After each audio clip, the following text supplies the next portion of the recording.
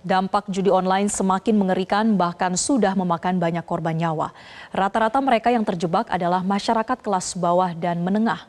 Bahkan akibat dari judi online seringkali juga berdampak pada orang-orang terdekat. Untuk membahasnya sudah bergabung bersama kami Menteri Komunikasi dan Informatika Budi Aristiadi. Selamat pagi Pak Budi. Selamat pagi. Pak Budi, kita berkaca ya Pak pada kasus Polwan bakar suami yang baru saja kita beritakan tadi. Ternyata masalahnya diduga kuat karena judi online. Ini hanya satu dari sekian kasus yang menunjukkan betapa merusaknya dampak judi online. Nah, pertanyaannya apa kabar Pak pembentukan Satgas Pemberantasan Judi Online yang dibentuk oleh pemerintah? Apa perkembangan penanganan yang dilakukan sejauh ini?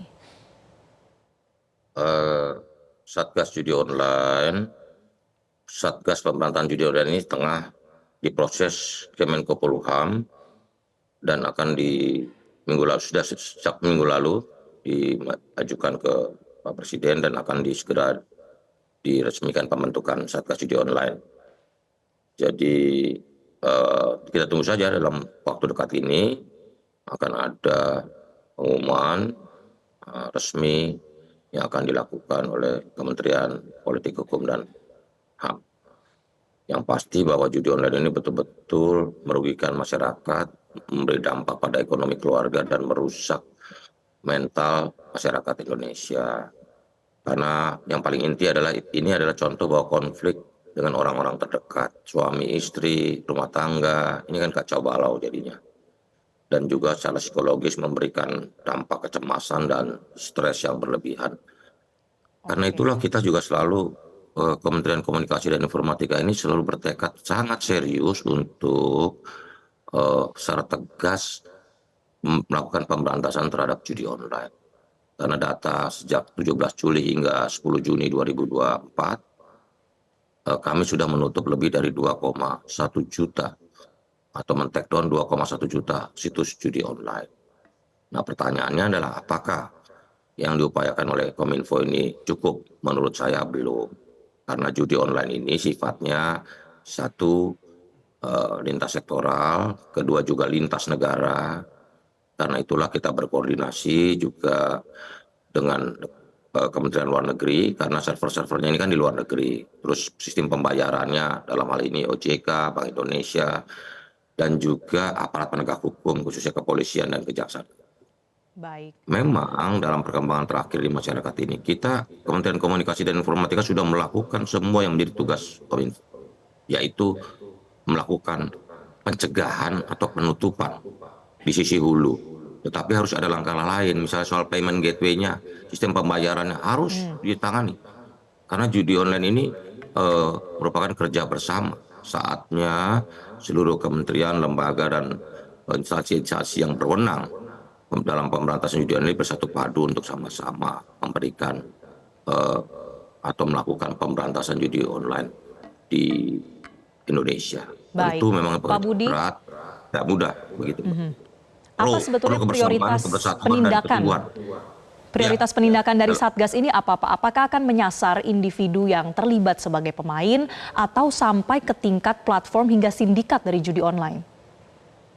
Gini, kalau yang menjadi kewenangan Kementerian Komunikasi dan Informatika sudah kami lakukan secara maksimal. Misalnya kami sudah bersurat ke seluruh platform media sosial, dari mulai Google, X, Instagram, dalam hal ini Meta, TikTok, Telegram, untuk menghentikan seluruh aktivitas perjudian. Karena jika tidak, maka kami akan melakukan mekanisme denda yang besarnya maksimal 500 juta rupiah per konten judi. Gitu.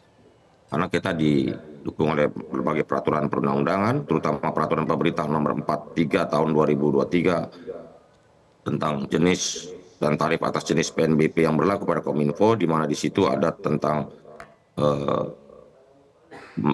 pengenaan denda, dan juga akhirnya adalah penutupan akses atau blokir dari platform-platform media sosial tersebut.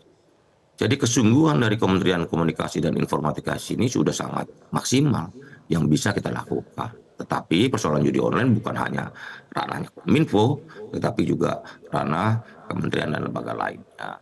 Misalnya soal bank, sistem pembayaran itu kan ada OJK, ada Bank Indonesia, terus juga lobby luar negeri karena server-server pemain judi ini ada di luar negeri, dan yang paling penting adalah penegakan hukum karena rakyat merindukan penegakan hukum Baik tentang Pak Budi, kalau terkait pelaku-pelakunya. dengan sanksi denda 500 juta rupiah per konten tadi ya Pak, bukan hanya per Iya, satu situs tapi per konten, ini bagaimana memastikan bahwa penindakannya akan berjalan efektif? Karena kan bekerja samanya dengan platform yang cukup besar atau berpusat di luar negeri, artinya tidak berada di Indonesia. Koordinasi dan komitmen mereka seperti apa untuk mendukung pemberantasan judi online tersebut?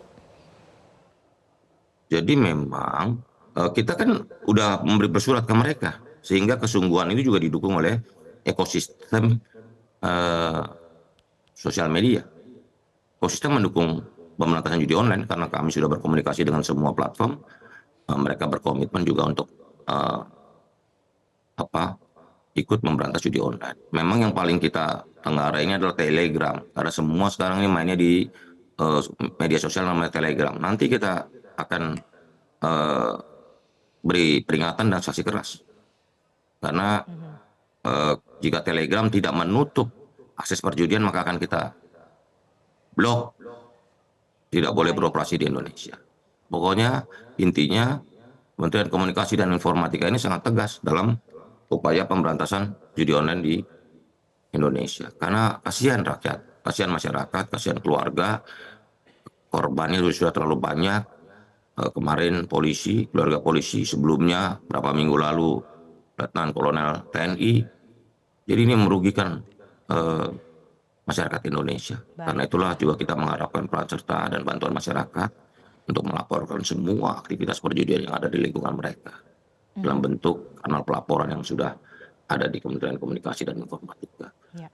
Sudah Begitu, Mbak. ada 2,1 juta konten judi online ya Pak yang diblokir dari Ya, Juli tahun lalu sampai dengan Juni tahun 2024 ini. ya, Nah tapi nyatanya mungkin ada pihak-pihak yang menyebut ini seperti mati satu tumbuh seribu begitu Pak. Bahkan sampai saat ini betul, mungkin masih ada yang betul, bisa diakses, masih ada kasus-kasus masyarakat yang betul. dirugikan. Apa sebetulnya kesulitan untuk betul-betul memberantas, menghilangkan akses menuju ke situs judi online Pak?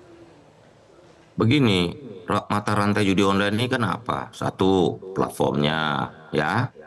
Kedua, saya juga sudah bersurat ke internet service provider yang memfasilitasi ini. Karena kita mentengarai ada berapa 30-an lebih internet service provider yang memfasilitasi perjudian online. Pada waktunya nanti saya tutup mereka. Karena kita udah berkali-kali sampaikan mereka, nanti kita tutup. Tanpa kompromi kita tutup. Karena mereka terbukti memfasilitasi judi online.